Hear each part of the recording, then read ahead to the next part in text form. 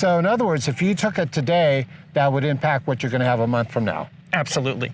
And that comes to the regrowth that we were talking about earlier. If we harvest now, regrowth is still going to be slow. If we wait a month from now, regrowth is actually going to be really quick. So we'll be very boom, boom, boom. And we can run a faster rotation and come through and potentially even harvest some excess with machine that we can store for next winter's feed and save money. Good. So you're still building your supply. You're not ready to start harvesting. We're still waiting to get more solar energy into these plants, which we can then put into our cows.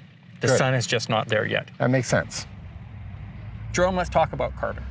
Carbon, that's a great question. Carbon sequestering, it's talked about a lot with agriculture.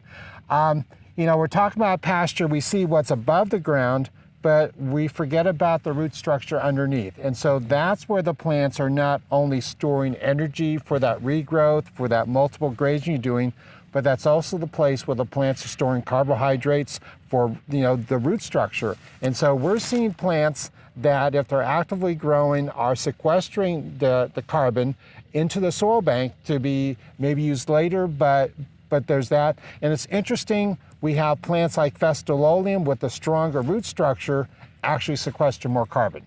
That's wonderful. So as we come in and we graze the plant, the above ground biomass goes down, the root sloughs off a bit, the nutrients cycle, but they stay in the soil.